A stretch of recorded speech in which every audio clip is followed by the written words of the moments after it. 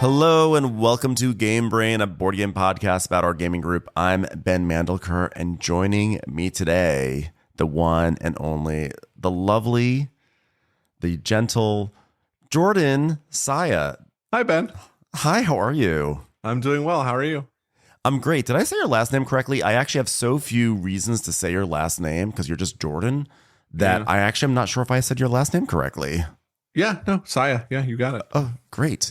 We're recording remotely today, and we felt compelled to record because we've been playing so many games lately that it felt like if we didn't record today, then all of a sudden it's New Year's, and then we get into all that like best of the year stuff or whatever, and this stuff just gets kicked down the line, and we're like, and you were like, Ben, do you want to record this weekend? And I was like, you know what? I do want to record this weekend. So thank you for getting the ball rolling on that, Jordan. Oh, of course. It's great. Yeah, I mean, obviously, Game Brain does its Game of the Year stuff a little later than everyone else, but it's good to give some early thoughts about these new releases. Yeah, it's tricky with board gaming in general, board game content creators, media, whatever, because we want to do our Game of the Year stuff right now. It's December 28th. This is the time. This is prime time Game of the Year season. But the truth is, so many of us have not been able to play all the games we want to play by this time, right? Like it takes time and energy and wrangling other people to play these games. So that's why a lot of people sort of do an initial one now and then a revisit in April. So I guess we haven't actually discussed as a podcast when we're doing our best of and the structure it's going to take. So that's my way of saying stay tuned. It's gonna be fun. Yeah, exactly. And for now, you get some early thoughts. And that's all we can offer. Well, really what this is about is that there have been so many games that have been arriving in our group. And just in general, just to consumers. And we've been getting a lot of games. And I felt this weird pressure to play a whole bunch of these new releases. And by weird pressure, it's like standard pressure. But like, I kind of feel like, okay, we're podcasters. We should start like playing these new releases, even though I still want to get more reps in of games we've been playing, in the middle of the year. I feel like it's like a podcaster's duty to get these games in. So I've been personally playing a lot of these. And you have been too, right?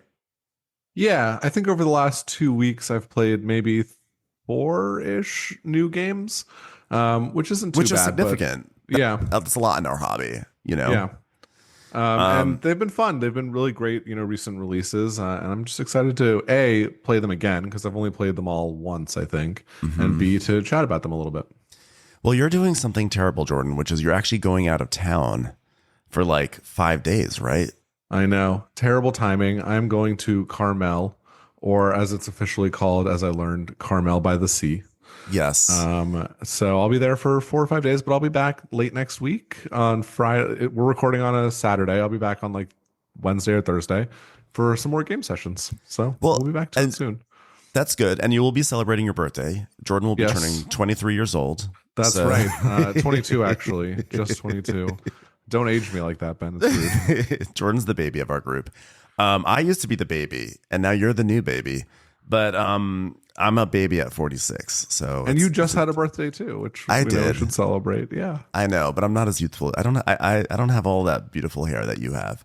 But what I was going to say though is that actually Carmel by the Sea. Are you planning to do any 2-player gaming with Gigi? I sure am. I'm going to bring a few 2-player games, and we have another couple friend that might join us for a day or two. And so I'm also bringing some 4-player couples games. So I'm bringing, we can add this to the list. I'm bringing Pariahs, which is a brand new release from Small Box Games, which is a good 2-player game. I might bring Middle Ages, which we're going to talk about later, and a few other small card games. I just feel like nothing could be more lovely sounding than being in Carmel by the Sea and playing a 2-player game. Like that just sounds like, first of all, it sounds very romantic. At the very least, it sounds very romantic. At the very most, it just sounds just like the most lovely way to play a board game, because Carmel is just inherently super lovely and chic and bougie and all those wonderful things. So I'm kind of jealous. I've never been, so I'm excited, but I'm expecting a nice little cozy time. I can imagine sitting in like a little restaurant with a fire going, drinking some I don't know, mulled wine or something, and playing a little card game. Or at least some wine. I don't know. They may not be doing mulled wine at this point. I don't know when mulled wine stops because Christmas is Yeah. over. Like, does mulled wine? I feel like mulled wine is it on the same schedule as Christmas music, which is that like you get still if you like you kind of get like a 2 or 3 more extra days of like Christmas music inertia. You know. So maybe That's the first thing I'm going to check when I get there. Is there Please. still time for mulled wine? Is mulled wine season still happening, or have we moved on to just back to unmulled wine? Yeah. Mull-free wine. I am very jealous. What are you doing over the holiday? Are you doing anything special? Well, for New Year's, I am just going to go to a friend's house. And so I don't anticipate any New Year's gaming. My dream, honestly, is I want to do a New Year's Eve game night of like heavy Euros or like 18xx or something. And like a few years ago, some of my friends and I were going to do a New Year's game of 1822, which is the game. It's a big epic 18xx game, takes place in London. And by the way, I'm out of breath. I just went running upstairs to get my coffee and I'm like panting. This is very sad. I'm like, I'm going to play 1822. But The perfect time for a New Year's resolution, though. So I know, but we were going to play 1822 Railways of Great Britain. And my boyfriend was out of town, so this was actually good because we wouldn't be alienating him. And everything was perfect. We had our 4 people. We were like, let's start at like 3 p.m. or like 4 p.m. and just have like a nice casual day. We'll break for dinner. We'll take it into the ball drop. It was just going to be the dream. I couldn't tell you how happy and excited I was about this. And then 2 days before, my friend who lives in the Bay Area announced that he and his wife and their dog were going to be in town. What were we doing for New Year's? And I was like, there goes the dream. oh no, because they're not. They selfishly ruined your entire year. I can't believe they did that. I mean, look, like I wanted to be like, will we have plans? But you can't do that. And like he's part of like our circle. You can't. At the end of the day, you can't put a board game in front of friends. Lord knows I have tried, but it pivoted into a dinner party, and like that was nice. But I am still going to chase that dream. And the problem is when you're doing if you want to do a New Year's Eve game night, you really risk kind of alienating a lot of significant others who are not into gaming. And that's kind of the challenge that I face with this idea. So you're lucky because, Gigi does play games, but would she be down for a game night New Year's, do you think? I think because New Year's Eve is my birthday, I could probably swing it. Use that card. Yeah, I haven't done that in the past, but maybe next year I'll try and make that work. Yeah. So no New Year's gaming for me today, this week. But what we really wanted to talk about though is we want to talk about all these new releases, and we want to give like impressions. Like a lot of them we've played once or twice, maybe even 3 times on some of them. We want to give our impressions, but we also want to say with first impression, is it living up to the hype?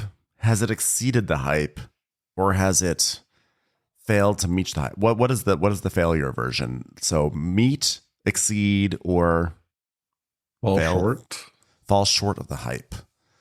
These are not like official reviews. These are just initial impressions. Where do we land on them? What are like room to grow, etc. So I'm just gonna let everyone know these are the games we're gonna discuss to give you a little teaser. Okay, we're gonna talk about Harmonies, Age of Rail South Africa, The Yellow House, Pariahs, Asian Tigers, Fromage, Middle Ages, Men-Nefer, Red Dust Rebellion, Saltfjord, Fellowship of the Ring trick-taking game, and Lord of the Rings Duel, Endeavor Deep Sea, SETI, and the big daddy, or maybe the big mommy of them all, Civolution. So, Jordan, are you ready to go down this path? I'm so ready. It's quite the list. It's a great list of like games that came out in the last 2 months or something like that, right? I know, it's 3 wild. months. Yeah. We were talking, so the other day, Jordan and I and Matt Robinson, we were talking about, it's been a great game for A great year for a games. great year for games. And I said, yeah, this has been like a tremendous Euro game year. And Matt was like, no, but it's not just Euro games. And he's totally right, because like, I mean, Arcs, Arcs is Right. like, is just like taking the gaming community by storm. And like, there have been other just big games that have, outside of like sort of classic Euro style, that have really lit this place up. So Yeah, it's been a good year for minis games too, as you might hear on the Screwed Up podcast feed or whatever. And card games too. I think everything is really killing it this year, and video games actually. So it's just been a great year for gaming all over. It's a great year to be a nerd. That's right. That's right. So first of all, there's some games we have still not played yet that we can't add to the hype list of this episode. So Andromeda's Edge, that's a big one that neither of us have played. No, we do have a copy in the group, so we might get it played soon, but we'll see. Looking forward to that one. Kraftwagen Redux, what's actually called Kraftwagen Age of Engineering or something like that. My copy just arrived last night. I was like debating, do I need to get it? I already have the original. Do I really need it? And then I was watching one of Paul Grogan's videos, and he was just talking about his games he played this month. And he's like, oh yeah, Kraftwagen, it was so tense. It was so tense that like one of the viewers who was watching wrote a comment saying, that's so tense. And I was like, I can't do it anymore. I have to buy it. It's such a good game. Did you ever play the original? I've never played it. I've never played Kraftwagen, the original, or the Redux. It's so good and got no love, partially because it looked ugly, partially because there were some elements that people felt were imbalanced, and I think that kind of like held it back. But now they've tweaked it, they've adjusted it, and it's kind of like a 90-minute food chain magnate. Like you're building cars, and then you're trying to sell them to the market, and you're kind of trying to beat other people and undercut people and appeal to certain buyers. It's a really, really fun sort of Euro gamey version of like a I won't say a splatter, but it sort of has that Arkwright and a food chain magnate and smartphone sort of in that. I just really like it, so I'm excited for that one. Yeah, it sounds great. Yeah, I think you would really like it. I think you would like it. Rasafa, I love my Vladimir Sushi. Bomb Busters, Candace was talking about that on her podcast, that Bomb Busters is like her number one deduction game, and that just sounds great. That does sound great, yeah. Have you heard about Stress Botics? No, I haven't heard anything about Stress Botics. Stress Botics, I saw the board on Heavy Cardboard, and it's like this giant, crazy board of stuff. And like sometimes when you see a board, and sometimes it's like so busy, you're like, I don't even want to touch it. It's just too busy. But sometimes you see a board that's really busy and you just want to dive in. That's how I feel about it. And apparently it's extremely heavy. It's an hour-long teach at least. I think Heavy Cardboard took 2 hours to teach it. Wow, and that's a very long teach.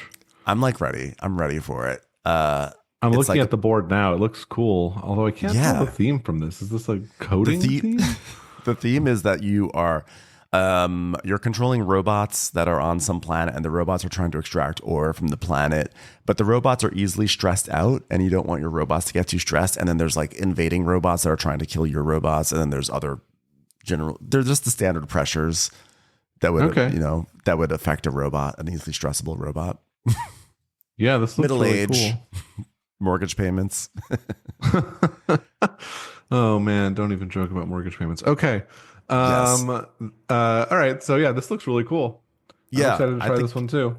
I wanna see if I can Fernando get a copy of it at some point. Barbanoj is the designer. I'm not sure if I've heard that name before. Have you? Never. But I actually just joined the Stress Botics Discord, which one of the nerdiest things I've ever said. But I did just join it last night, the Stress Botics, and I'm excited to dive into that at some point. And then another big game that neither of us have played, I believe, is Unconscious Mind. The Unconscious Mind. It's a big release. Yeah. I actually know nothing about the game. Do you know anything about this game? So I know you play a therapist in the era of Freud, I believe. Okay. And you're sort of managing the treatment of patients while also gaining new skills and developing your abilities as a therapist. I've heard that it's mostly multiplayer solitaire. I've heard that too. Actually, and that I did hear that. Pretty heavy, but that's all I've really heard. Yeah, I am like very torn because on the one hand, I saw it came in this big giant Kickstarter kind of thing, and I was like, oh, is this just a big bloated, like great production kind of empty Euro? And so like I saw that, but then I also saw that like people like Rahdo love it, and I am I am very aligned with Rahdo's tastes. So when and given that he's enthusiastic about everything, but like when you really watch Rahdo, you can tell the things he really likes versus the things he thinks is just are okay. And I feel like he really likes this game. But again, I haven't watched his whole video, so it could be one for me. But I'm a little TBD on it. Yeah, I mean, the art of it looks great. It looks almost like Tricarion, which I think has a really cool art style. But then it also has these dream cards, and the dream cards are almost like something out of Dixit. And I think these are like your patient's dreams, and then you have to talk them through the dreams for various rewards. That's kind of a cool theme. The theme is great. I would check it out. Yeah. And yeah, the art is wonderful. I mean, I'm just looking at the page. It's absolutely beautiful. But sometimes I get scared if something has amazing art and it comes from Kickstarter.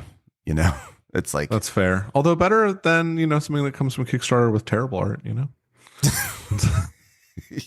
That is also fair. And then the last thing is, have you heard about this game Landmarks?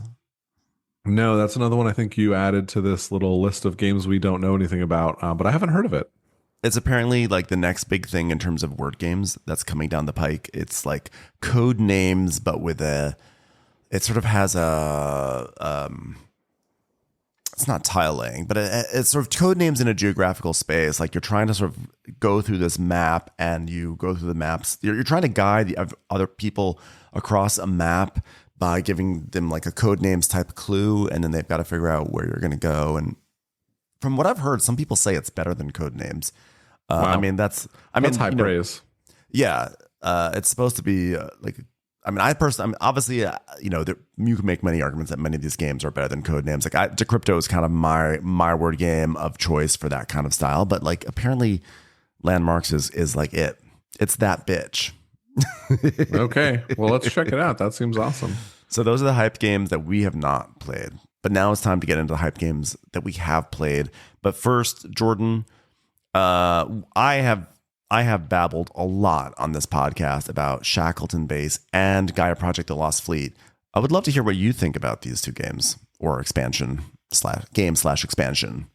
Yeah, so let's start with Shackleton, which I've played, I think, 3 or 4 times now.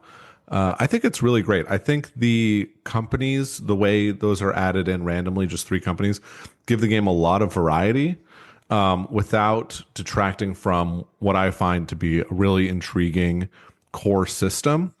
I think the decision about where to build and how to try and build majorities in these rows and columns is fascinating and extremely interactive.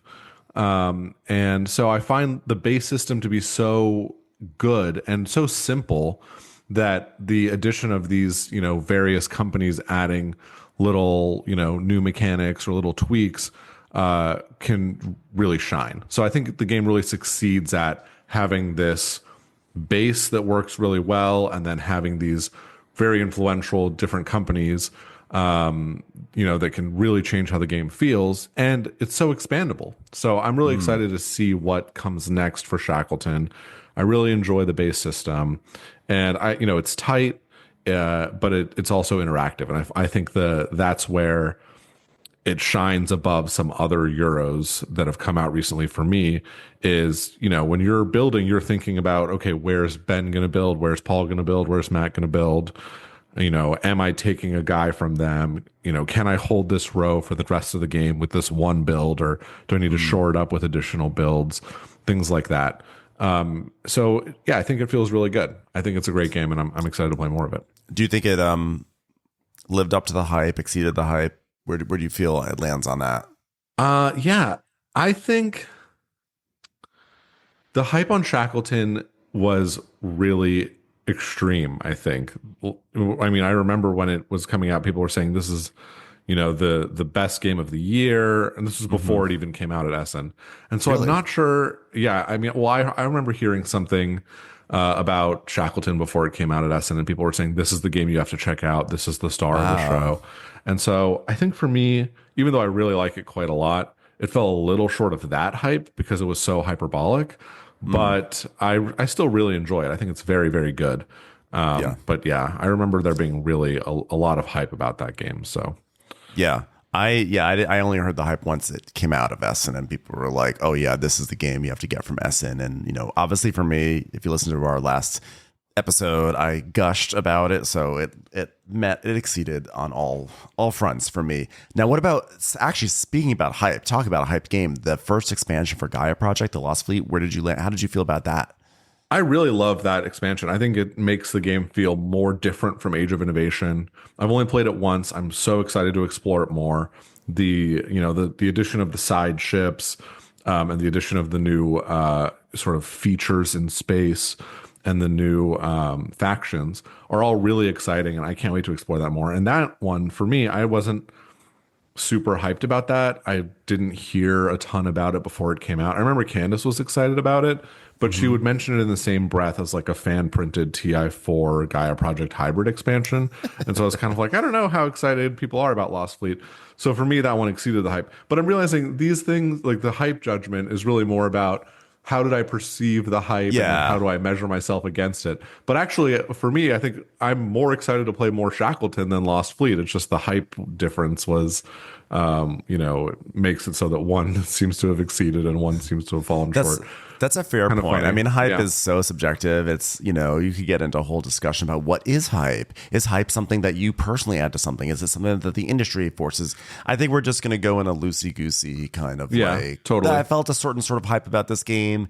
And when I finally played it, did it live up to my expectations? Did it exceed it? But we're going to call it hype instead of expectations, because expectations sounds a little more judgy.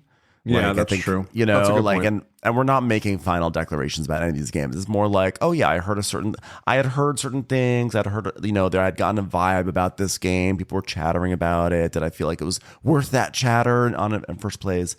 Lost Fleet for me actually exceeded because, as I said on the review of this whole sort of school of games, I've played them all. I've enjoyed them all. And in fact, I played Age of Innovation. I've only played it twice. And I seem to remember playing it with you the first time. I mean, I do remember. I don't seem to remember. I do remember playing with you the first time. And I remember feeling like that was so fun. And I was like, this was my favorite. And then yet I never felt compelled to want to play it again. It was like a weird thing. It's a weird thing I've had with all these games. But the Gaia Project, The Lost Fleet was the turning point for me. That was after playing Gaia Project with The Lost Fleet. That was the first time I was like, I am ready to play Gaia Project right away. Ready. And again, and I felt I just didn't none of the games ever have stuck in my imagination, I guess. And The Lost Fleet was the first one that helped me turn that corner. And I think it was I'm curious to see if it helps me turn the corner across all of them. So yeah, that's really interesting. I do think that The Lost Fleet has the most theme, right? And with the way the tech tracks work and the technologies you get, it feels a little better thematically to be, developing your fleet in space, all of that sort of stuff. And I think for me, Age of Innovation is probably a little bit better mechanically as a game, and I like the map play a little better, but the theme, I totally feel that. Capturing your imagination, I can definitely agree. I think Gaia Project does that best. I think also for me with all these games, I tend to always play with people who are really good at them. And it's a little stressful for me to go into them. It's weird because normally I embrace stress in games. I mean, I literally just talked about wanting to play a game called Stress Botics, but I kind of feel like I'm kind of suiting up for war a little bit. If I'm sitting down with you and Paul, I'm like, okay, I got to figure this out. And I'm not great at these games, which is fine. I don't mind not being good at them, but it's always there's an intensity, and I think it sort of causes me to kind of to hold back in a weird way. And I think The Lost Fleet gave me enough kind of lubrication around the game that I could kind of do all sorts of things. And I don't know. whatever it was, it helped me turn the corner. Yeah, it definitely feels more open, which I think can be helpful. Yeah. Because you can say, I'm going to strike out in, this particular direction, and probably no one's going to come over here or go and try and do this exact thing that I'm doing. Whereas in the Terra Mystica and Age of Innovation, it feels a little more like you're going to be butting up against each other, Yeah. In terms, let's move on now. A game that I've been reading a lot about. I've never actually played it. Harmonies. Have you played Harmonies? I have. I've played Harmonies, I think 2 or 3 times with Matt. And then I've also played on BGA. It's on BGA, and there's a great implementation. So I'd be happy to start up a game with you after this if you like. It's a really fun little game. So basically, you're doing 2 things. You're drafting from an offer, almost like, think of like an Azul offer where there's however many 5 or 6 little platforms, and they each have 3 different types of terrain pieces on them. So there's mountains, there's rivers, there's wood, there's the canopy of the tree, there's buildings, there's fields, etc. And so you're going to draft a set of 3 of them and arrange them on your board, and each of those things score in an inherent way, and then the little offer will be refilled and the next player will go.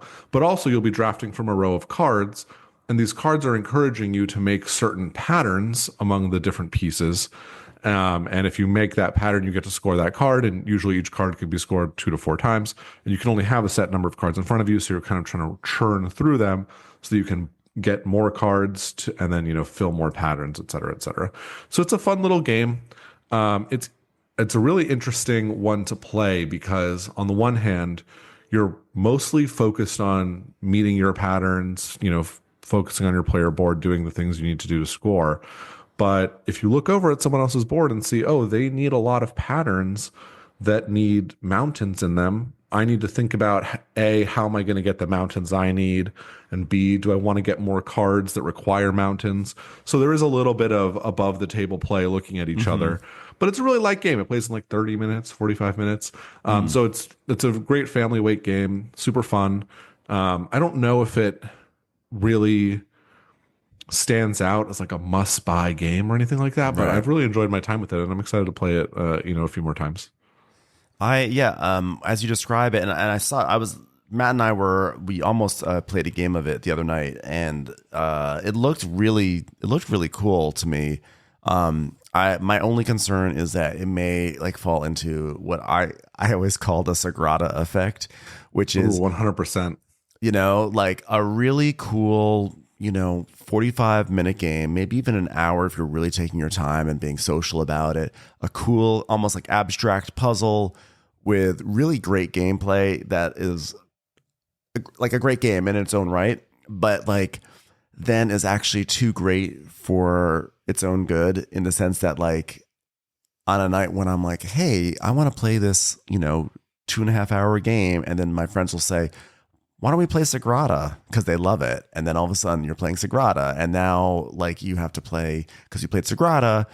Now the next game of the night, it's like too late to start a midweight Euro. So now you got to play another kind of like 1 hour game. And then suddenly you're just playing light games for the night. And it's like fun and it's nice and it's great. And all the games are great. They're part of your collection. So you have no complaints because you're getting to play games that you bought that were good enough for you to buy. But like your real goal was to play a midweight Euro. And you can't. Yeah. So I blame you have to be careful about who you introduce it to.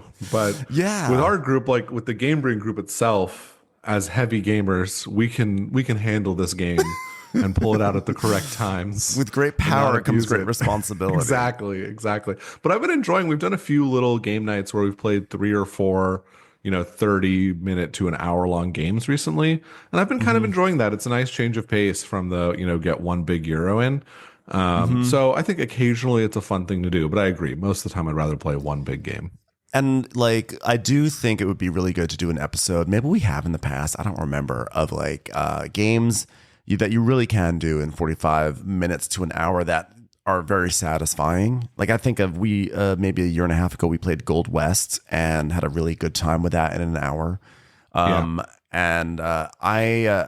because then if you can string a bunch of them together, you can have a full night. Cascadero, which you and Matt introduced me to, is a great example of something like that. But but sometimes you're in the mood for like a larger format game, And then, next thing you know, someone's saying, what about Harmonies? It literally just happened to me earlier today. After we're done recording, I'm going to my friend's house and we're having a little game day. And they're not like hardcore gamers in the same way like we are. But I was like, hey, maybe today would be a good day to play this game. And someone was like, what about Azul? And I was like, luckily we're 5 players, so we're too big for Azul. Oh, that's good. You escaped the Azul. Yeah, you gotta be careful. Yeah, totally. Especially, okay. I mean, a lot of gamers don't want to learn new rules. So, if you teach them Harmonies and they remember it, they'll and these games are also great. Like, again, Azul, Sagrada, it sounds like Harmonies. They're great, but they're too great. They're too great for their own good. Right. Okay, here's one.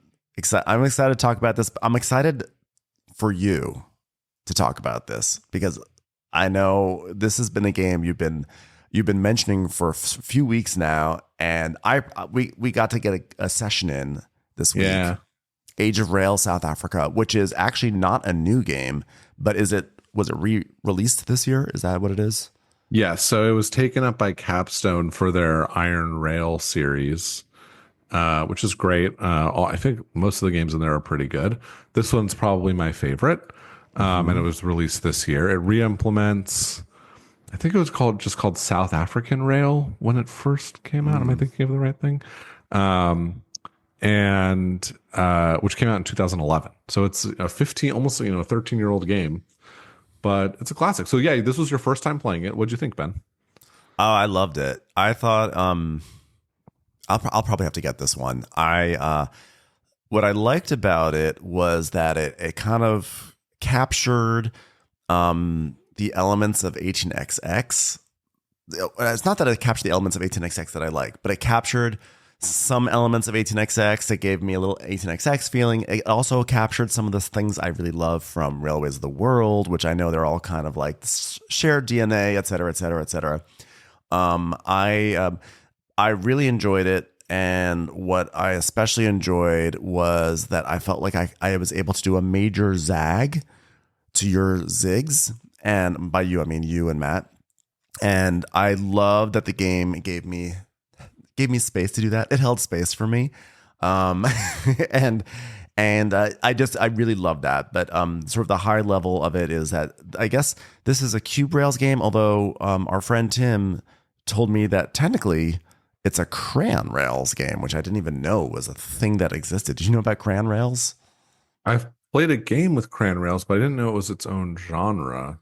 Apparently, it's a subgenre of Cube Rails, wherein in Cube Rails, technically, you have a bunch of hexes and you put cubes down and you're creating the rails that way. But in a Crayon Rail game, the rails are pre-printed on the board, sort of like the lines, the paths that you can go pre-printed. Oh, I see. So, okay, so I didn't know that's what that was. That's interesting. Apparently, that's what it is.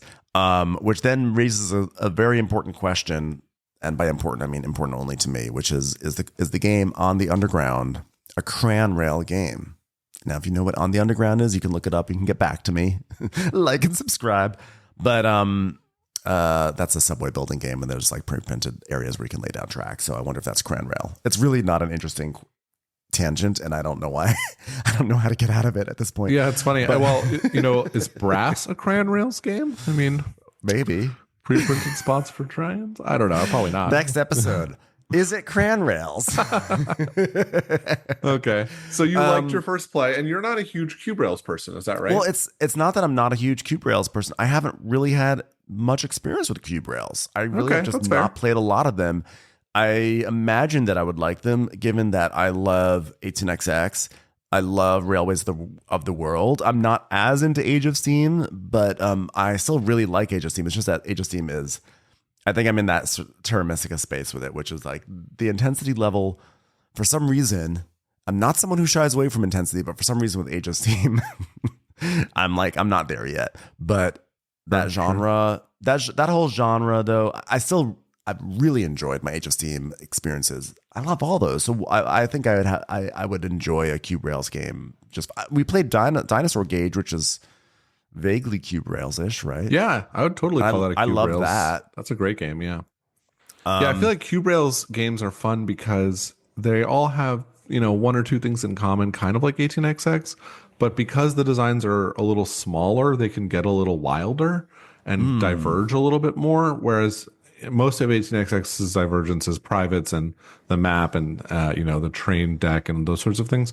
But like the rules in Cube Rails games can be really wild. And in this game, in Age of Rails South Africa, the wild thing is any player at any time can say, we're paying dividends right now.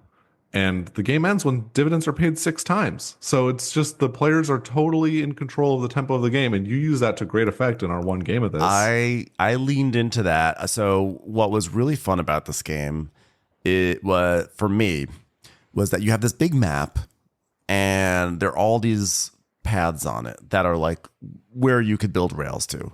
And you're building all over South Africa and you're trying to, the more rails you put down, the more lucrative the company is basically going to be. It's going to increase the value of the company. It's going to increase the value of its payouts. You're going to get more cash if you're well invested in it because you can buy stocks in these companies.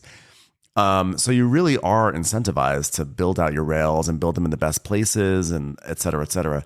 So I made this, I wouldn't say it was a mistake. I mean, I was sort of warned, there are these 2 rails that start very close to each other. And you had said, oh yeah, the last game I played, we got into a little, like these 2 rails got into a little bit of a fight because there was a battle to like which one was going to get blocked out. And for some reason, I was really drawn to that. I was like, I want to sort of see what that's like. I think that was the 18xxer side of me. You sort of, for as much as I talk about, I don't like the intensity of Age of Steam and how I often will sometimes flinch at being blocked out in Terra Mystica. Somehow for these rail games, I don't mind intensity or being blocked out because I find that's part of the challenge in the uphill battle. So I was like, I'm going to go for that one and see what happens.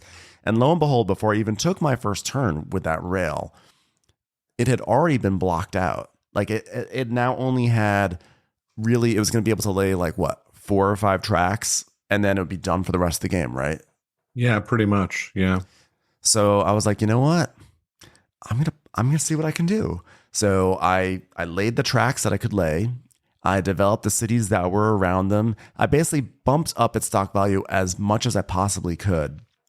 And by doing that, because you guys were still focusing, I think, on expanding, I don't know what it was, but somehow its value shot up really high, really quickly. And I bought shares in it, and no one wanted to really buy shares because it looked like a company with no future, right? Right. And I think that really aided you. We undervalued the shares of that company in those little auctions. Yeah. So what happened was I basically got cheap shares and of a company that was paying out more than everyone else's company at that point in the game. And I used that to get money. And then I just was doing this kind of investor strategy where I was just investing in other things.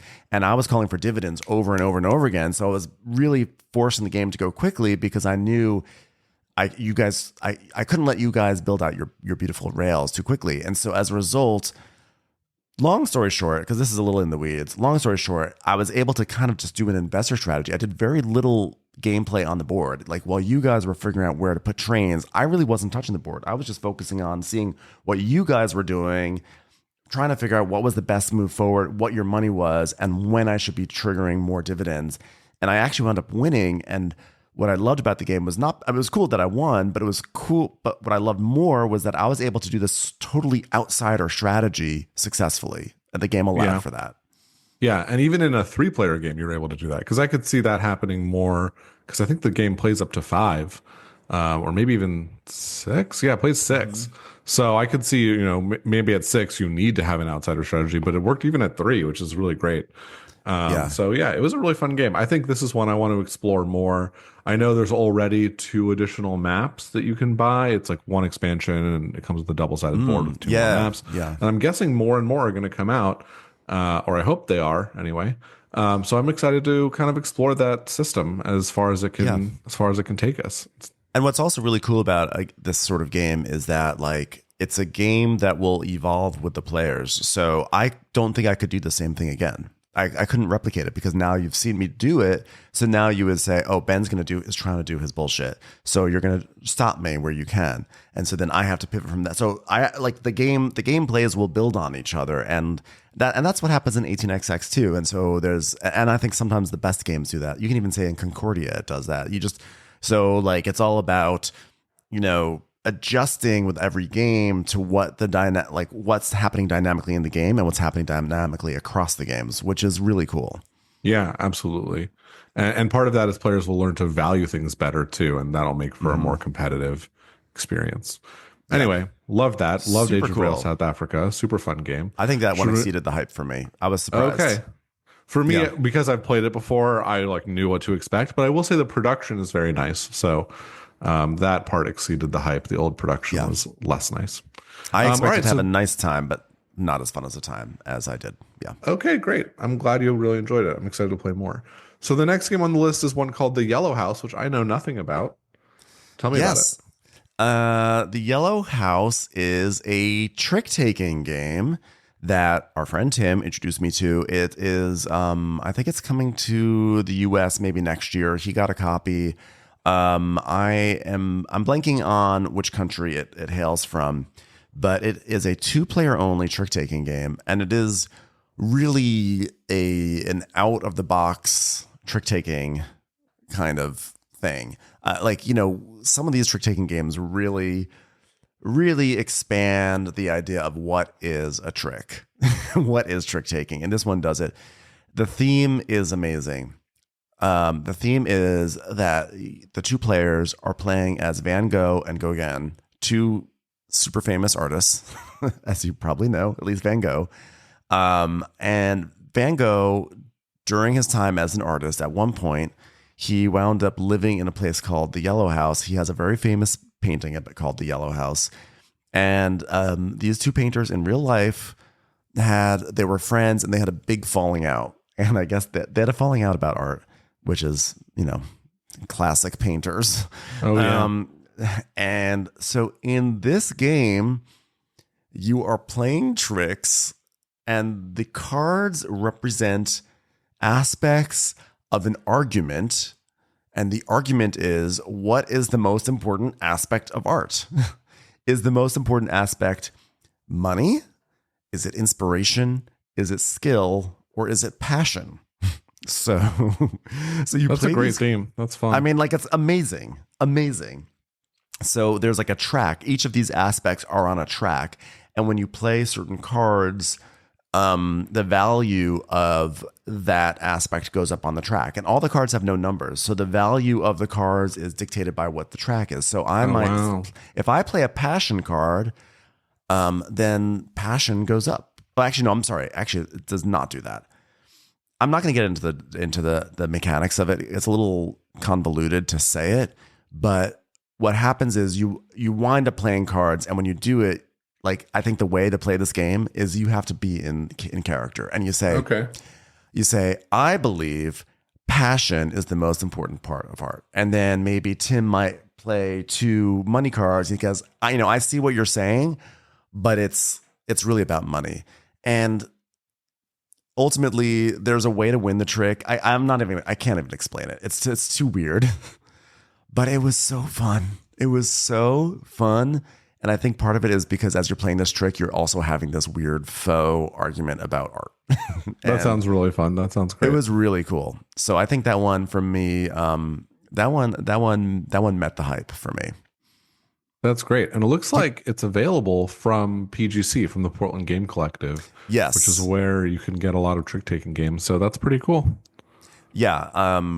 If it sounds vaguely interesting to you, just look it up, because if I start to explain how it actually works, I'm going to, everyone's going to turn off the podcast. But it works. And what I did like about how it works was that at first I was like with most trick-taking games for me, at first I was like, okay, I'm just going to try to figure out how to do this. But as you get into it, you start to say, like, I think Tim has these cards. So if I play inspiration right now, he might be able to lay down 3 skill cards and win the game. So I think I'm going to play skill instead, which means he can't play the skill cards, which means then he has to play inspiration. Then I can play inspiration. Then I can win the game. Like, you get into that sort of like loop in your mind, which I think is, to me, my favorite mindset when playing a trick-taking game. That sounds great. Yeah. I'm really excited to check it out. The theme seems so cool. So that's a really cool game. Tell me about another game that you've played, Jordan. I've played a game recently called Pariahs from John Cloudis at Smallbox Games. Uh, Smallbox Games releases games that come in a really small box and they're made entirely of cards, and they're published on Kickstarter, and they're self-made. I think it's just John who does this.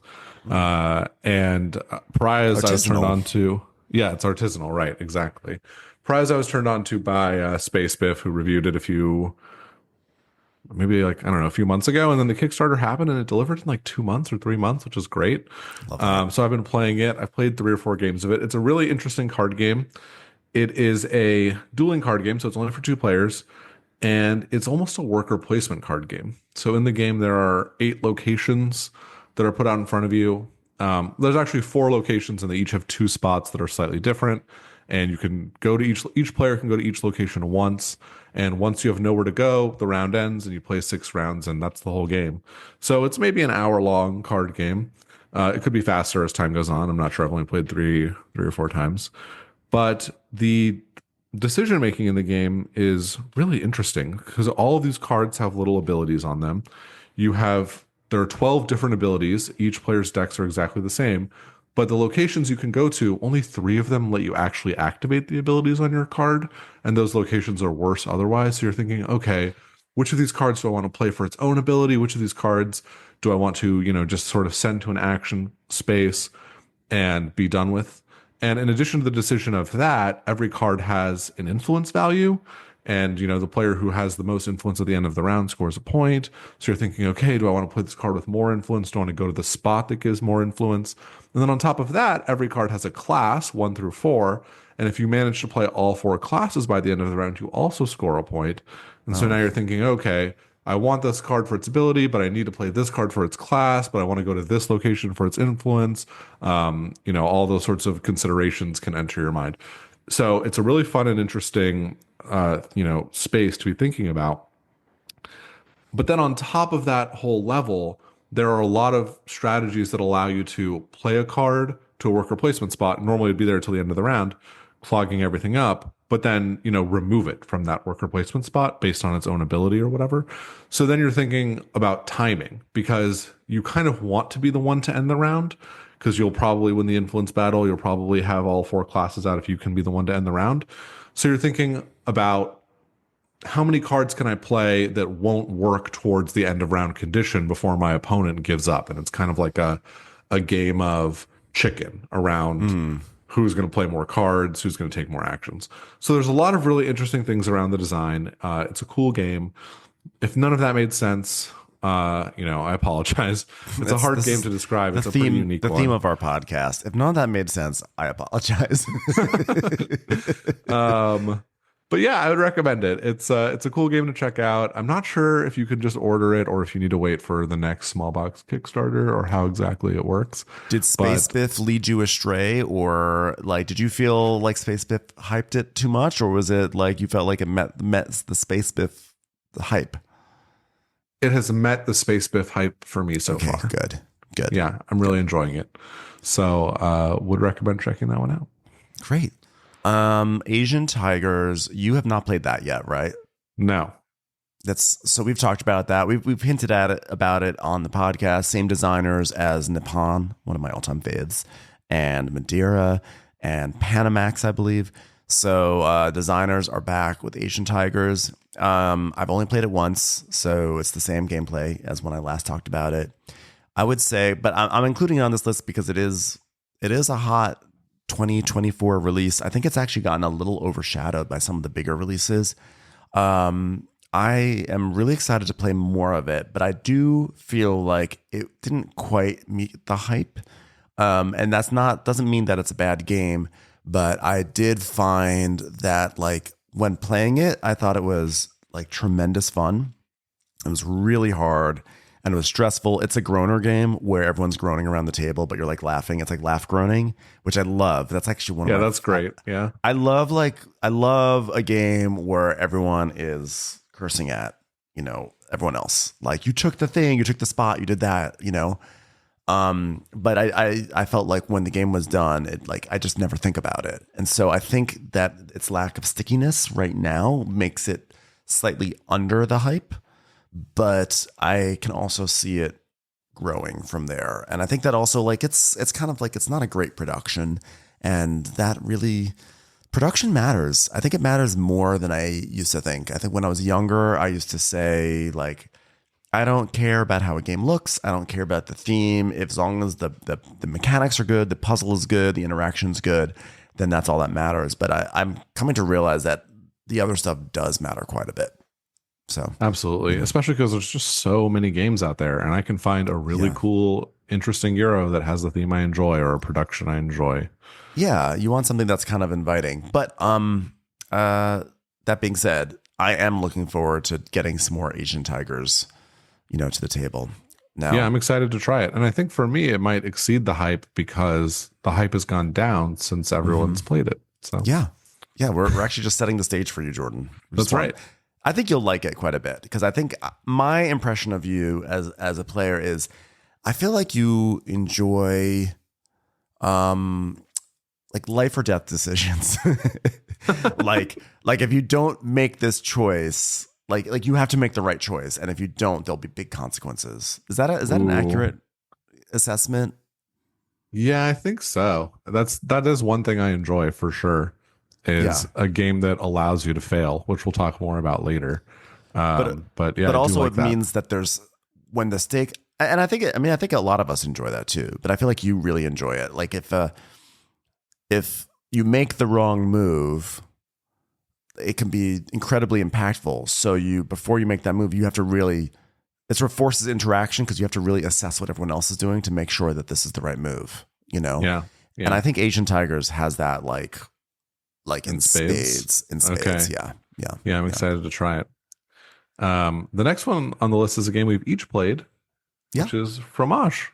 Fromage. Talk about other end of the spectrum. This one, presentation, art, like off the charts. Yeah, wonderful. The production's incredible. Yeah. The game is it's like a lazy Susan. Well, by the way, everyone keeps saying it's a lazy Susan, but I personally feel like it's just a game that's a circle that we rotate. Like a lazy Susan needs to have a bottom part, right? I feel like this is some lazy Susan slander here. Is that something that the deluxe edition has, like a bottom part? Because maybe, I don't know. We don't have you don't have the deluxe edition, right? We played your copy. I just have standard, normie version. So sad.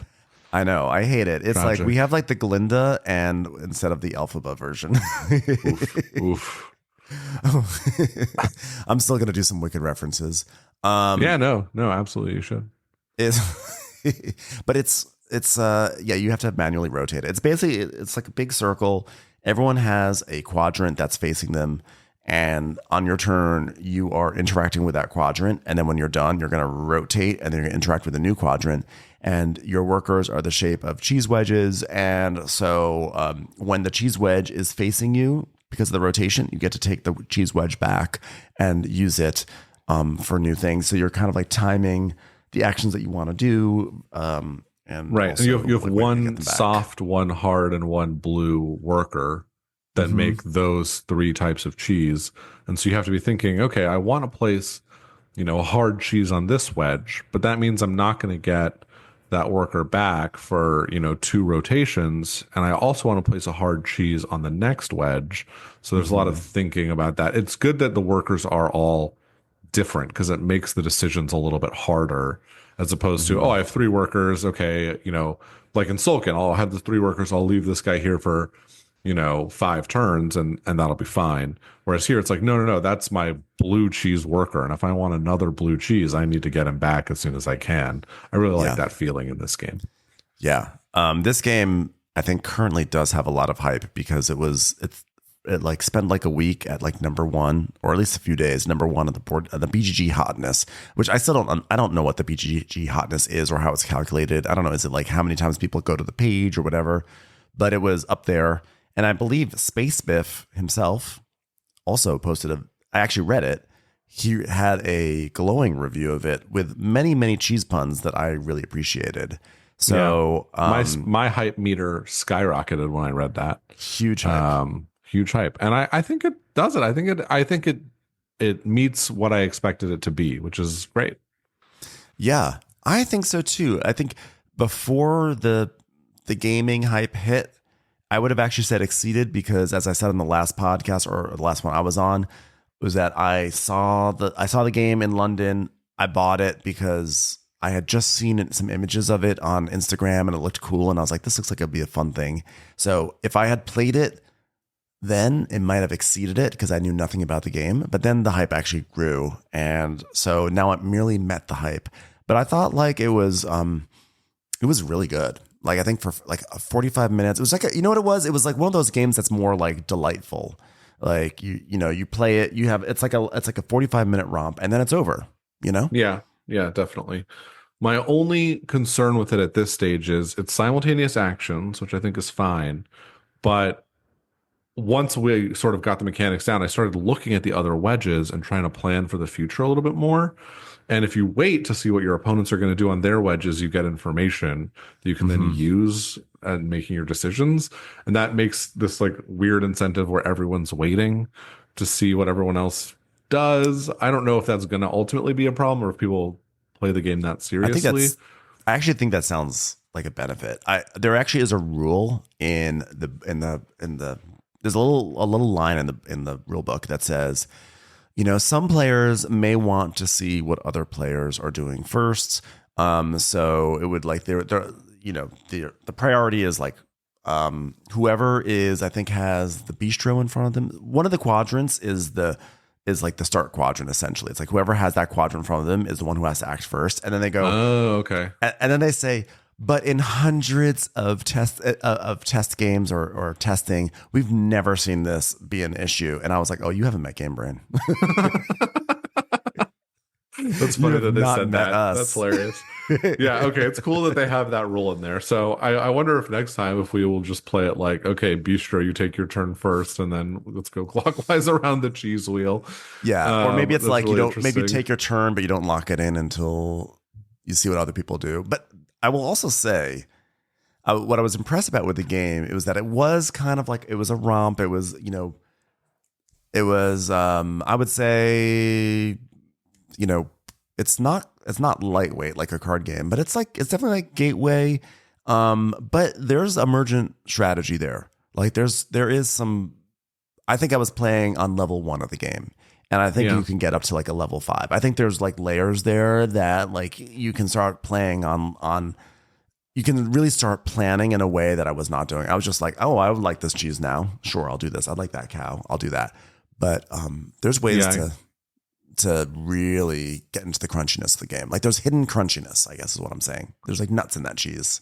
Yeah, I can imagine. And we didn't play with the building draft, but there's a draft for building abilities, which is pretty cool. I would be excited to mess around with that. I can also see an expansion that just adds a new cheese wheel, and it's like randomly pick 4 of these 5 or 6 cheese wheels or whatever, and they all change up the game. It's already in the works. They're coming up with an expansion called Fromage. So really? Okay. Yep. It's a standalone, but I think that they are interchangeable. So I'm like, do I back it? Do I not? I'm not sure. Oh, that's cool. We're gonna see. Cool. We're gonna see. And then also in the realm of great art, I'd like to say another game that is hyped that you introduced me to, Middle Ages. Yeah, this one's been great. I actually feel very proud because I feel as though I brought this to the Game Brain group, maybe. I don't know. I brought it and then Matt bought it. Drew also bought a copy. You like it a lot. So I'm loving it. It's a re-implementation of Majesty for the Realm. So it's not technically a new game for this year, but the art production on this is much better than Majesty for the Realm was. It's a very simple game. Basically, you're going to be drafting buildings for your village, and there are 8 types of buildings, and sometimes those buildings will come with little bonuses on them effectively, but you're basically drafting these 8 types of buildings, and every you'll know the next sort of 4 drafts that you'll be making decisions for. So you'll see, okay, we're drafting one of these 4, then one of these 4, then one of these 4, and then finally one of these 4. And when you go, not only are you drafting the building that you place on, but these buildings are arrayed, left to right, and you're also drafting turn order for the next selection. So if you draft the building on the leftmost, maybe you think that's the least valuable building, but that means you're going to get first pick when it comes to drafting the next set of buildings. So it's that's all the decision you're making. It's really like, what building and what turn order do I want? But there's a lot of emergent play there. I think it's a really fun game. And as you bring these buildings into your village, you sort of put them up, and they form this sort of beautiful display in front of you. And I don't know, I just think there's something lovely about it. It's like a 45-minute game. Very lovely. It would be a great. I really liked it a lot. It's like not the sort of game that I necessarily. It's not that I don't gravitate towards it, but like it's not the sort of game I would normally add to my collection. But I also see it being the exact sort of game where if I go into a game store and I am like, oh, I wonder what they have here. I just want to see if there's like a hidden gem here. And then I don't find the hidden gem, but then I feel the bug to buy let's buy a game. And I'm like, I'll probably get this game. Like I can see this one coming into my collection. I also know exactly the friends outside of Game Brain that I would play it with, which is why I think it would also be really good. I love the art on it. It was sort of like that storybook medieval imagery that I really enjoyed. And I thought it was just like very fun. It was just like, this one met the hype for me. I can't remember if I ever played the original. I feel like I maybe did. It was a while ago, but the original, if I did play it, it didn't stick in my mind. And if I didn't play it, it didn't compel me to want to play it. But this one I liked, and you know what? This one has some like take that in it. But it doesn't feel bad, oddly enough. It just feels like, oh, well, it's like, it feels like there's a pendulum of misfortune that sort of goes around the table and some, and then eventually it hits you, but then it goes and hits other people instead. Yeah, I can see that. I think there's planning around the take that though that feels pretty good. For me, I think this one exceeded the hype because I don't know why that was funny to me. Like, you know what though? I knew there's take that, but I planned for it and it felt great. Well, no, I mean like the take that is like there's these like, barracks, but you can defend yourself against them if the draft goes right. So it doesn't feel as bad because it's all open information. It's not like you're playing and take that card out of your hand that nobody could have known you had. Exactly. And also let's not forget who was the first person to take thateth. It was I. I was you. One. Yeah. So I can't be mad. I mean, I engaged with it first, but it's like it's just more of it makes things more annoying in a pleasant, annoying in the best way. It's an inconvenience, but it's not a just total destruction, which is nice too. Right. So I think for me, I like this a little better than Majesty for the Realm because Majesty for the Realm didn't have the rows of draft. It just had a little card market and you'd like take a card and refill it, yeah. I think. So that adds a lot to the game. And I think the other parts of the game are maybe a little more complicated in Majesty for the Realm, but I think the draft is so interactive and that's where the game shines. So I'm really enjoying Middle Ages. It was just a solid, fun game. And I think actually if we are talking about these 1 hour games, it's Middle Ages and Fromage would pair very nicely, especially if their art is so adorable. And maybe this would be a good triple header with Harmonies. Honestly, throw in Sagrada and Azul, like you have a night there, There you go.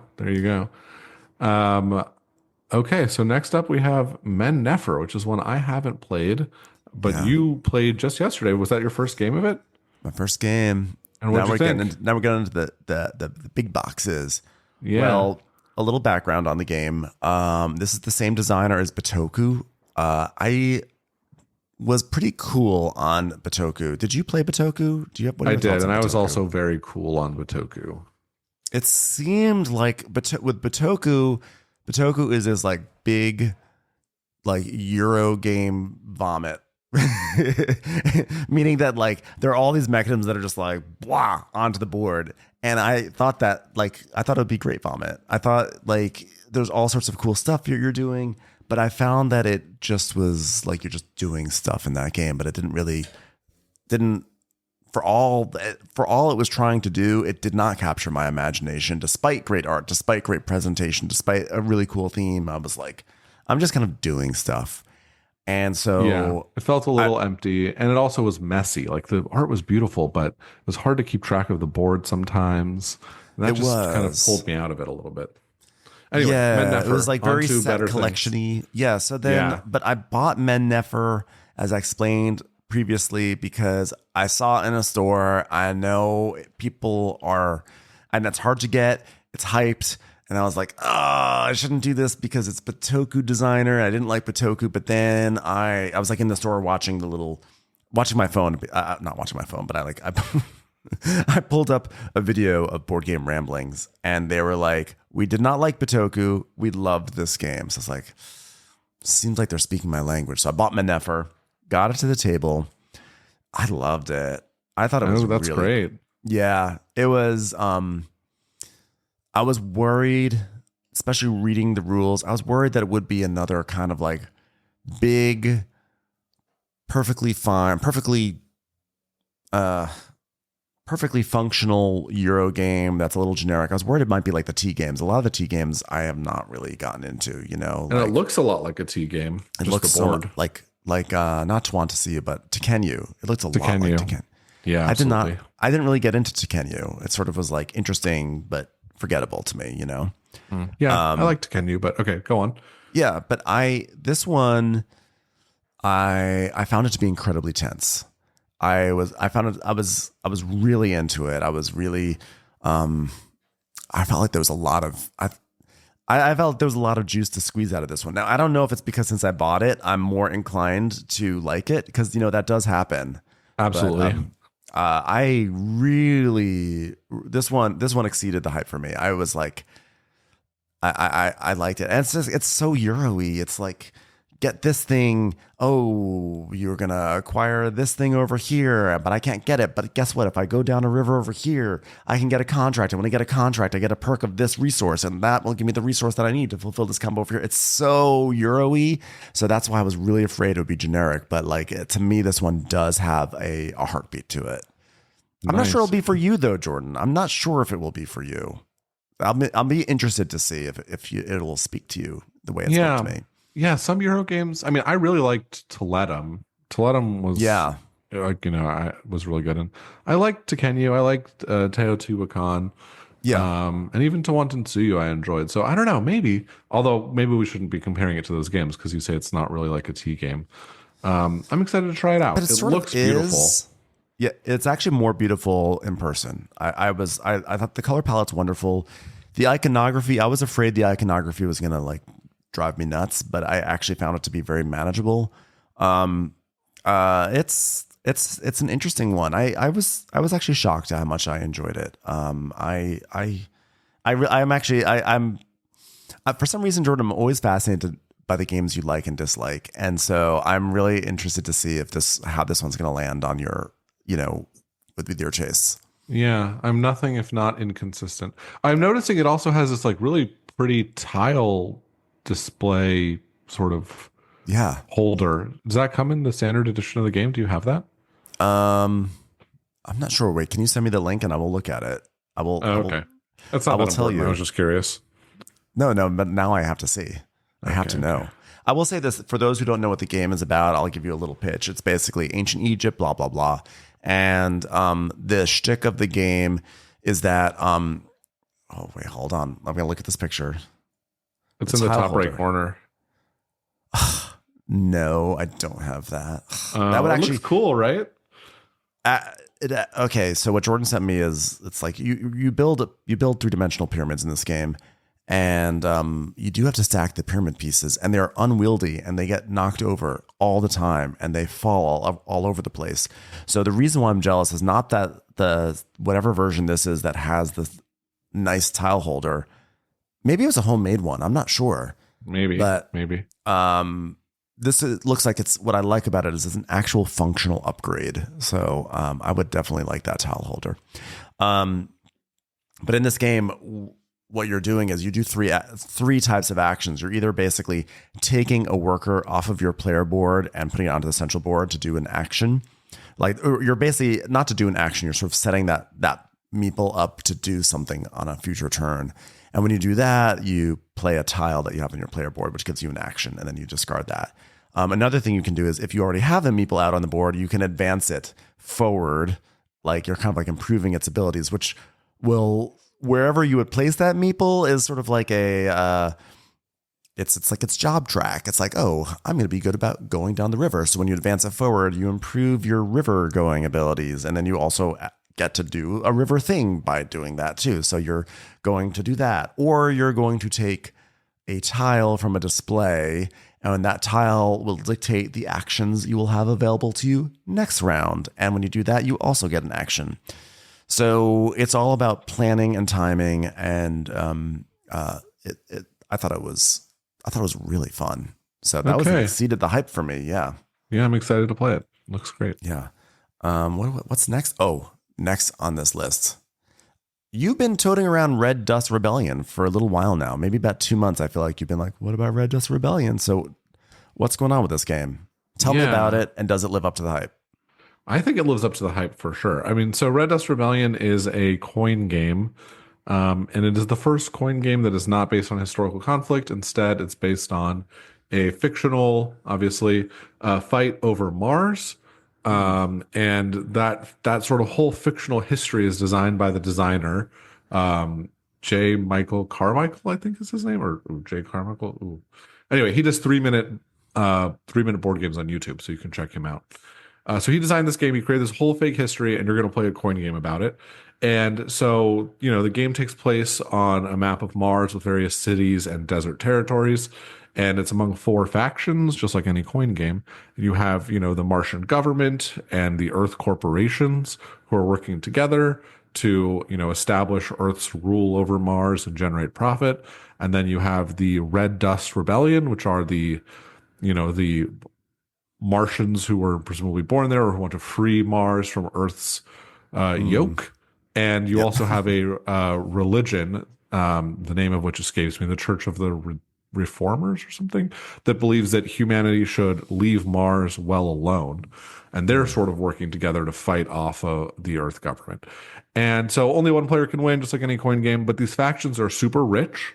The history, the fake history in the game, the events that can happen out of the event deck are, very thematic, super interesting. You have, labor issues. You have, you can build a new maglev line between different cities. All this, fun, cool stuff can happen. But it plays basically like any other coin game where you have 2 cards that you can look at, and, you'll decide to take an action or not on, when you have priority when it's your turn. So for me, what this brings to the genre is it's a little more approachable for new players to get them into coin because they're going to like this theme. Maybe more than a historical theme. They're going to think, oh, this isn't like a crunchy historical war game. This is Mars, we're playing a sci-fi game. So I think that's really great. And then the faction asymmetry is also really interesting in this game. And I think there was a conversation in the Discord about this and how it reminded one player of Gaia Project, which I can see. So there's some really cool stuff going on here. I definitely recommend checking out if you've ever had a passing interest in the coin series. At least take a look at this one. I don't know. I just love it. Are you interested in playing, Ben? You haven't played it yet, right? I haven't played it. I mean, sure, why not? But I feel like it's not a priority for me right now because I want to get more of these. I want to get more plays in of basically the games I've been talking about. I kind of want to have a few more plays of those because there's certain games I want to circle back to in 2025 when things sort of settle down a little bit, because I'm just very much in the cult of the new at the moment. And I want to circle back to Rise and Fall. I want to circle back to Arcs, and then I want to try some of these other games like Red Dust Rebellion, or I don't know what else is out there, but whatever's out there, I'll try it. But right now I'm kind of in my hype zone where I just want to play the games, like these big games that I just bought that are like brand new and exciting. And not that this one isn't, because obviously this is on the list, but I should say the things that are selfishly on my radar, if that makes sense. So yeah, totally. Or the hype is so low for you on this one that you're not gonna check it out. I will say I think it's worth giving it a try before we do our Game Brain Game of 2024 reviews, along with your Arcs and Rise and Fall reconsideration. Both of those are the thing is with Arcs is that I'm not Arcs with Rise and Fall is that I own Rise and Fall. But let's put a pin in that for a little bit later. Let's talk. The next game that I played was Saltfjord, which is the less problematic, new and improved Santa Maria. Right. Which was Santa Maria is a Euro game that came out in, I think, around 2017. And it was praised for its mechanics, but it was also loathed for its theme, the theme being blatant, like really on the nose colonization. Like you're playing as colonists, you're building a colony, and you have tracks to go up like a conquistador track. And so there was a lot of pushback. And then the designer said, no, this was actually all a satire. But I'll tell you one thing. I reread the Santa Maria rules last night, and there was nothing in the rules or there's like a section where they talk about what was happening at that time historically. And there was nothing that seemed to indicate like this is a satire of like how colonialism is presented, yada, yada. So I was, I actually always loved the game Santa Maria game wise, but like I struggled with its theme, and I really had a hard time after 2020 when there was a lot of discussions about how it's just really not great to keep giving themes like this a platform. So the fact that they came out with a revamped version that takes place in Norway made me really happy. And I almost always am going to support a game that takes in that criticism and says, okay, like we made a mistake. I'm not saying that these designers say that, but they say, okay, we're going to put in the work to revamp it and do a different version. And I'm like, so Sky Mines, same thing. So I'm always going to support a designer that puts in that effort to make it better. And so make it better thematically. And so Saltfjord was a no-brainer auto buy for me. Did you ever play the original Santa Maria? I think you do you have it or do you not have it? I forget. No, I've never played it. I think I actually bounced off of the theme pretty hard and was like, I'm not going to really engage with that. Just like I did with Mombasa. I'd never played Mombasa, but Sky Mines is great, and I'm excited to try Saltfjord. I don't have a copy of it yet or anything, but I know Santa Maria is very well praised as a design, so I'm excited to give this one a try. Yeah, the vibe of Saltfjord is that everyone has I think a 9x9 grid, something like that, 6x6, 9x9. And on your turn, it's a 6x6 because there are 6 columns that correspond to die numbers and six rows that correspond to die numbers. And there's a dice draft. And so on your turn, if you take like the 3 die, if you take the white 3 die, you get to activate everything that you put into the 3 column. And so another thing you can do is you can build things into your columns and rows. So it's that really clean tension of, do I want to take the 3 die now because it may not be there for me on a future turn, or do I push my luck and try to build something in there first? So that way, when I do take that 3 die, everything I activate will be much better.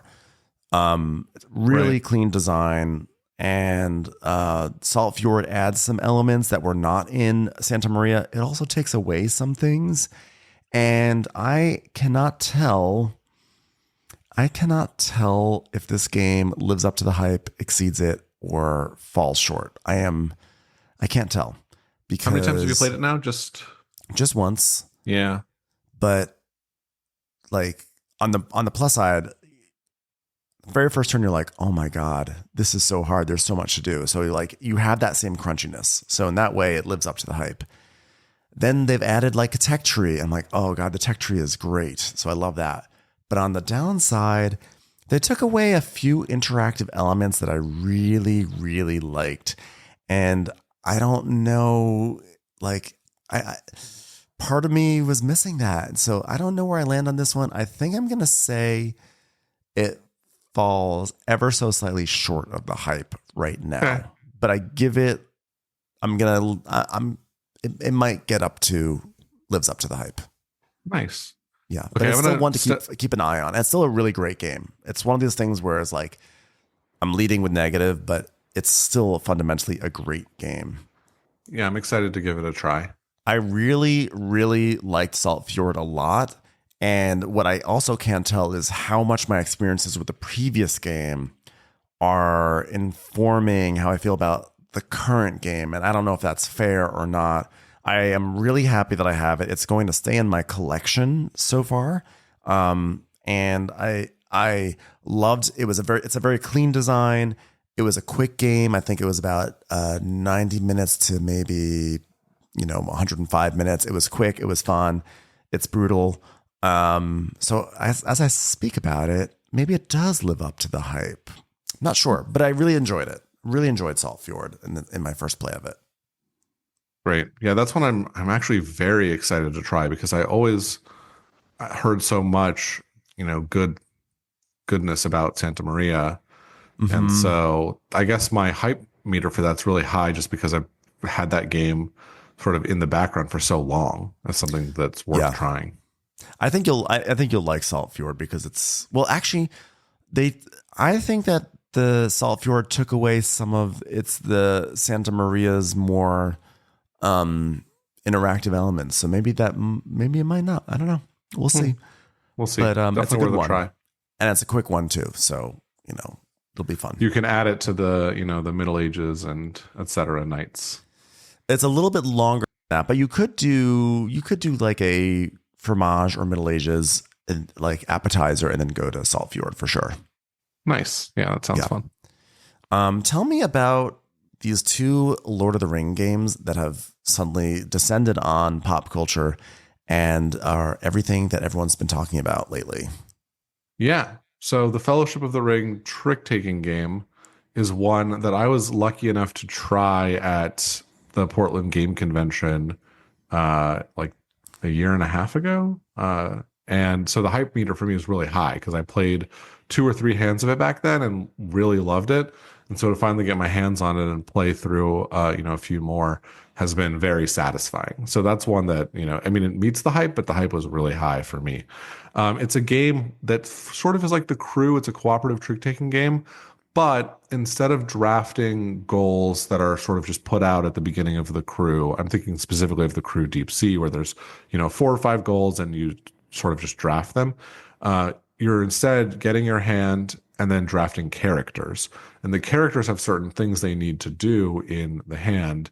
And every single character has to meet its goals in order for you to progress that chapter. Mm-hmm. So that system is sort of similar to The Crew, but it feels much more evocative of the story because, as you progress through the game, and by the way, this game only tells the story of the first book, The Fellowship of the Ring. As you progress through that, that game, which I think is 18 chapters or 21 chapters, something like that, new characters come into the mix, new mechanics come into the mix. Certain characters, exit the mix, right? They're no longer relevant. And so you sort of feel that, that story happening in the background, which I think adds a lot to the design. Mm. And there are some really cool sort of shots they take with interesting mechanics that are just, I don't know, I think they're really fun.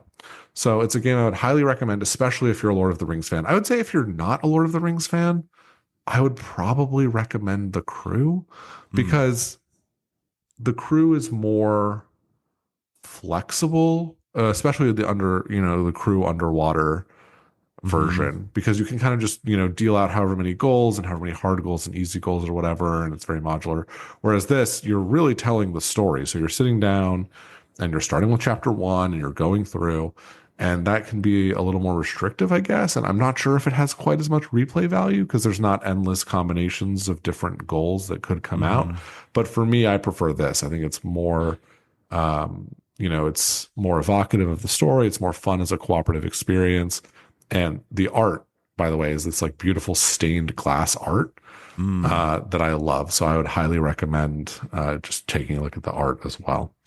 So that's that.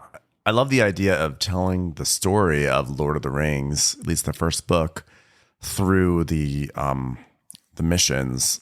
Like I feel like in The Crew, the missions they're always fun, but like all the fluff around the missions is nice, but you don't really feel like you're telling a story. You just feel like you're going into a harder and harder scenario. Whereas I like the idea that actually, as you go deeper into this trick-taking game, you are following the tale. Yeah, that's like a really cool idea. Yeah, definitely. And I think they're going to come out with new games for, the Two Towers and Return of the King. So you'll be able to tell the whole story eventually.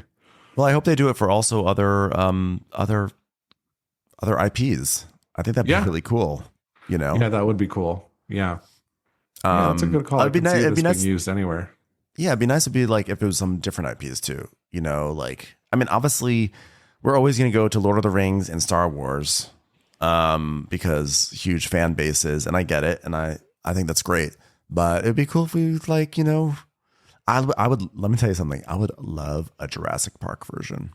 Ooh. Give me Jurassic Park, you know, the trick taking game, which is basically just a re-theme of the crew or whatever this game is. That would get me. I would love that. I don't know if it would work, but I would love it. Yeah, that sounds fun. For some reason, my mind was drawn to Alien. I don't know why. I thought of Alien too. Yeah. Alien is really good for that. I actually have. Did you ever play Legendary Encounters Alien? No, but I've heard it's fun. I actually own it. I was at a Barnes and Noble once, and it was like marked down. It was in the bargain bin thing. It was like $20, and at that time, which was probably like 2017 or so, it was like a very well regarded game. Like at that, it had reached like number 40 on BGG at one point, Oh, wow. or 50, and I was like, I'm gonna get it. And it's great. It is so fun. You probably would never think that it's a game that I would ever have or enjoy, but I love it. And there's actually so much modularity in that game that I've always kind of wanted to go back to. But like that's one that just is quietly in my collection. I never talk about it, but it is, and it's hard.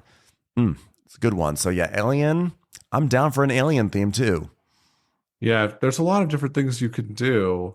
And I can sort of see them trying to change the mechanics. Like in this one, there's a suit of like ring cards, and that's the Trump suit, you know? And that makes a lot of sense. But I can see, you know, how you sort of adapt that in different ways for different games, you know, changing out rules like that.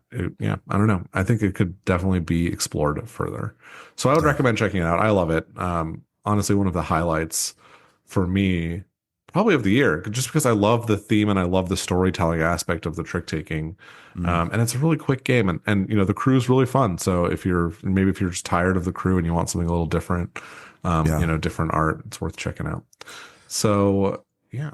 And then the other one is Lord of the Rings Duel, which is a remake of the Seven Wonders Duel game. Oh, okay. Seven Wonders Duel is really fun. This is different. I mean, there are different mechanics, but it's the same basic system of drafting cards that are arranged, you know, some face up, some face down, and, you know, keeping track of what your opponent is drafting. And again, the art is great. It has different art than the previous game, but I think both of these games use totally new art, which is nice because there's already so much Lord of the Rings art out there. And yeah, I think the differences in this game is there's a map that you're going to be sort of fighting over, and the game focuses more on actual end game conditions instead of points, which I'm not sure if you're familiar with Seven Wonders Duel, but that game usually goes to points. This game is more about fulfilling those end game conditions. But in any event, I really like it. It's very tight. It feels very similar to Seven Wonders Duel, but at the same time, different enough that you can have different strategies, which means I think you can have both in your collection. And yeah, I don't know. I'd highly recommend it. Yeah, I mean, I think that Seven Wonders Duel is actually one of the most overhyped games in our hobby. Oh, interesting. Yeah, I think that, like, I don't know if it's still in like the top 10, but I don't know. It was like I had a perfectly fine time playing it, but like this is, to me, Seven Wonders Duel is like not even a top 100 game. Like it was a perfectly pleasant, enjoyable time. So I think it's inherently an overhyped system. So I don't know how I will feel about Lord of the Rings Duel. We'll see. But probably it's probably not going to be my jam. Yeah. I don't, they're not different enough that if you didn't like that one, that you'll love this one. That's a hard thing to imagine. I was so happy that earlier this week you taught me Endeavor Deep Sea, because this is a game that I had been following since Midsummer. I love underwater stuff. Underwater stuff is my jam. I love that theme. And I'm sort of surprised I didn't actually buy this game, just because I love the theme. And I don't know what held me back. I think it's because I'd splurged on Shackleton Base, and I felt like I needed to like edit myself a little bit. And so you brought over Endeavor Deep Sea to Matt's house, and we played it. And I really enjoyed this one. This one, Endeavor Deep Sea, is basically a re-implementation of, speaking of problematic themes, Yeah, Endeavor Age of Sail, right? that's right. And they basically redid the theme because there were, similar to Saltfjord, negative reactions to a game about colonialism. And so they came out with this underwater theme, which I think works great. Mm-hmm. It's totally evocative. Basically, we're playing as we have different, like, we're playing as competitive or maybe even cooperative groups of like submarine crews, and we're exploring the depths of the ocean, and we're journaling, and we're describing what we found, and we're exploring and moving around and conserving, or I should say, engaging in acts of conservation. Right. And it was a delight.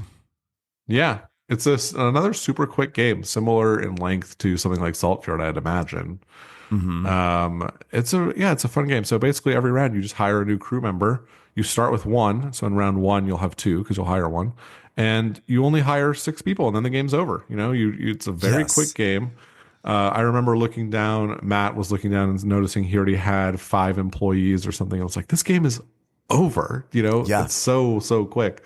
But it still is very satisfying because your engine really builds up as you go Mm-hmm. through hiring these new employees and advancing up these 4 tracks that give you, the ability to take more actions, refresh your workers more quickly, and, dive to deeper depths. Yeah. This was a game that, like, visually is really enthralling. As you build out this map, you're seeing different aspects of the ocean, and I really enjoyed it. I really like this game. This one lived up to the hype for me. I think I'm going to get it. When we were done playing, I was like, I'm going to get this game.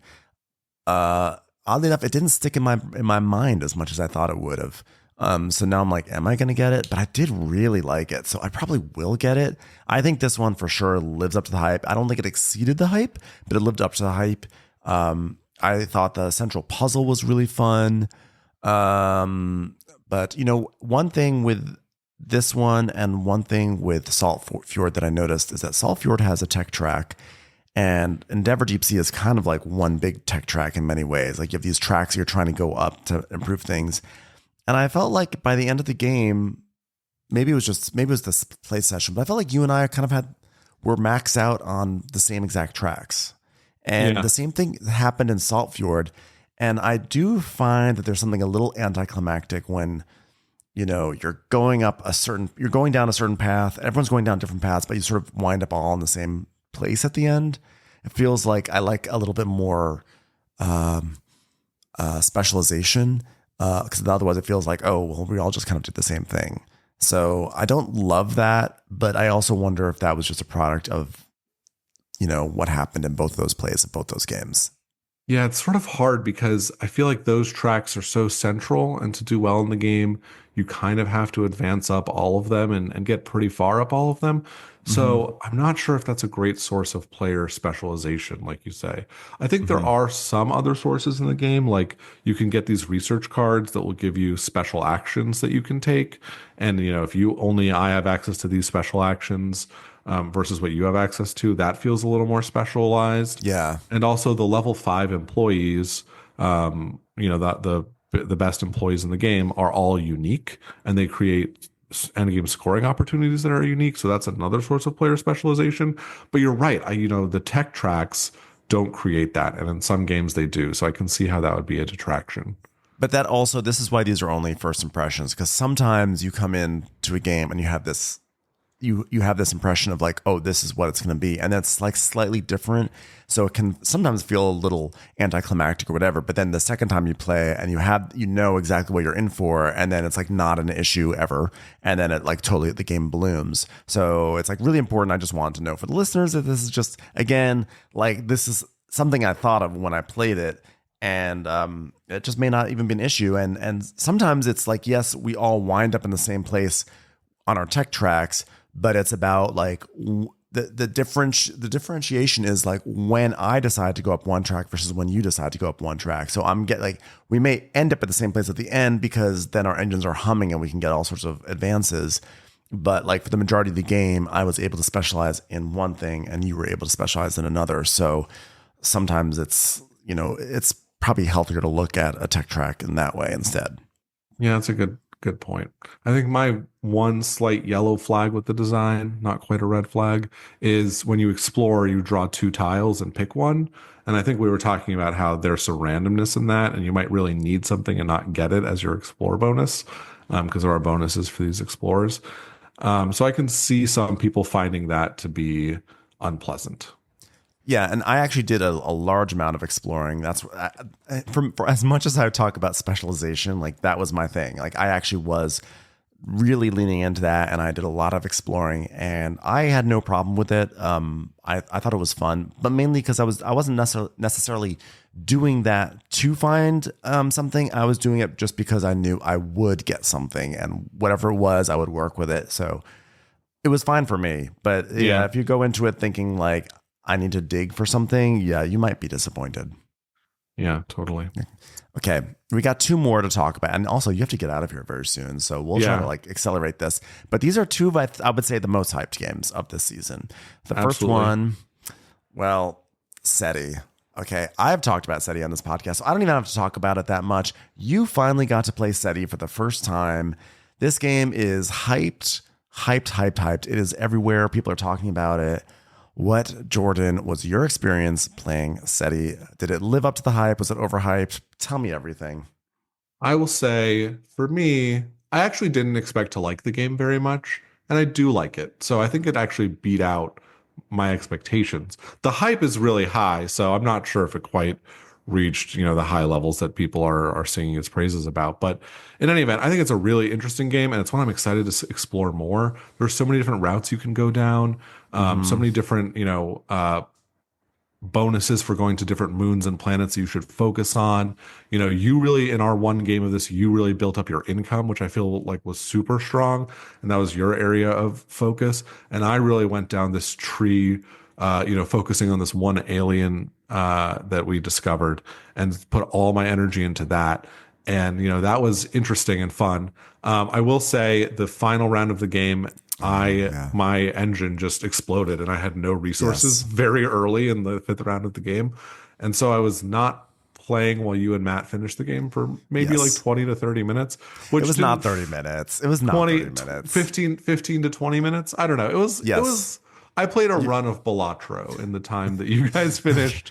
That's fair. I mean, you definitely, you had a big implosion. Which honestly was fine. Like in the moment, it doesn't feel good when you mess up like that, but it's good that the game lets you mess up like that. Yeah. No, like I was mostly mad at myself. I was like, oh, how did I like let this happen? It was so in any event. It's cool that the game will allow that to happen. It doesn't hold your hand. It's cool that the game will allow you to have a terrible time.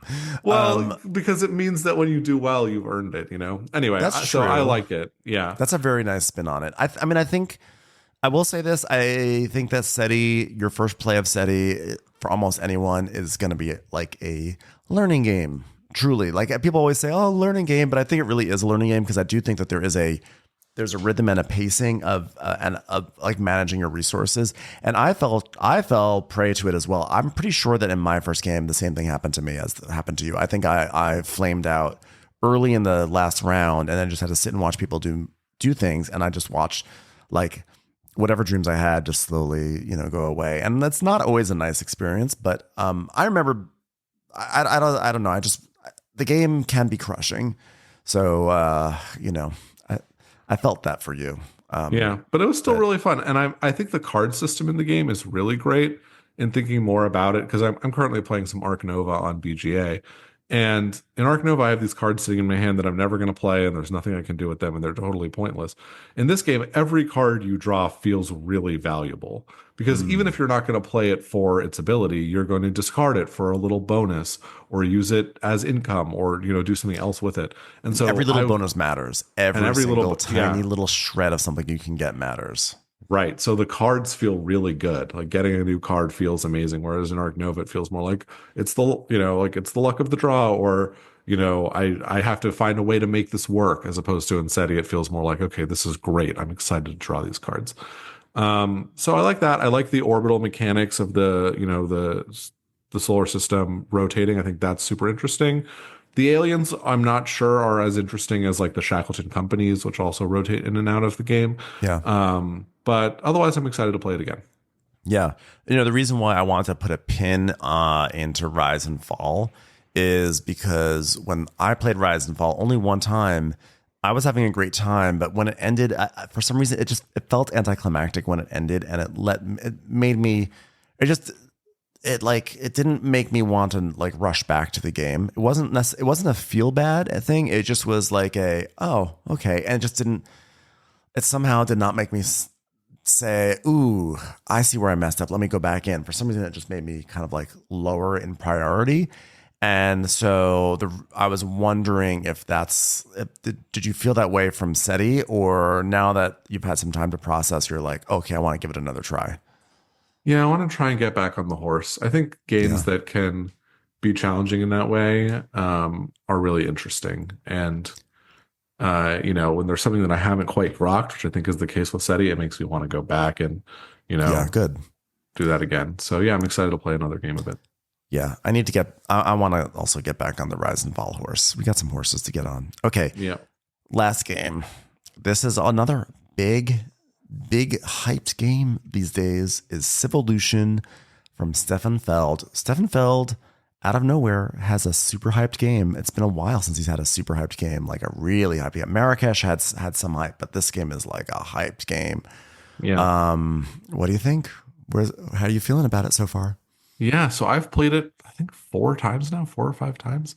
2 of them 2-player, and the rest with you and with Matt. And it's a super interesting design. There are so many different things you can do, so many different avenues to explore. So I really enjoy that. And I think the dice placement mechanism is good. I don't mind. There are some complaints about the luck involved in rolling dice. I think it's fine. I think it's good. So I'm really loving the design of that. And I really like the player console and building it up. I don't know. I find all of it so fascinating. I'm not sure about the balance of the game. My last 2 plays of the game were 2-player, and in both games, 1-player won by 100 or more points. Like I think it was like 102 and 105 or something like that. That's a massive discrepancy. Like, it's like 150 to 250 in both games, or whatever the case may be. I really felt like in the time that you were I was the 150 player once, and I was the 250 player once. When I was the 150 player, my starting hand had no synergies. I tried to draft it the best I could. We played the version where you get to pick from 2 for each of the 5 different cards you get in your hand. And I couldn't get anything going for the whole game. I was just like in a rut. Nothing was working for me. And it felt like it came down to that opening hand. And, when I was the 250 player, the other player felt the same way. It was Drew in that game. And like, you just couldn't get anything going. And so I don't know how to fix that problem. In the other games we've played, there has been, I think, at least, always one player who's felt like they just didn't have the tools to get things going. And I don't think it's a skill issue or a misplay issue. I think it's your starting hand sucked issue. And I don't know how to fix that properly. But I'm really enjoying the space. I really enjoy the game. And I think it's fascinating. What do you think, Ben? I think it lives up to the hype for me. I don't think it exceeds the hype. I think for it to have exceeded the hype, I think it would have needed some more interaction. I think this is a year right now where I'm really hyped on Shackleton Base, for instance. And Shackleton Base is, to me, is showing some of the best player interaction for me of the entire year. Like the decisions that you're making in that, like, player interaction does not have to be take that. I think actually take that is like the laziest player interaction. Is like, oh, we don't know how to make people be concerned about other people, so let's add this element where you can just take something from them or knock over their pile of blocks or something. I'm starting in a negative space, and I'm saying it lives up to the hype. I think it's awesome. It's such an awesome game, and it would be even more awesome if like the map play was like a little bit more interactive. And right now, there's elements of you can go in and you can kick someone out of a spot. And there's some other little. In fact, you had like a take that power where it was like wherever you were, you can knock someone over, and so you knocked me over, and I was like, I gotta get away from Jordan.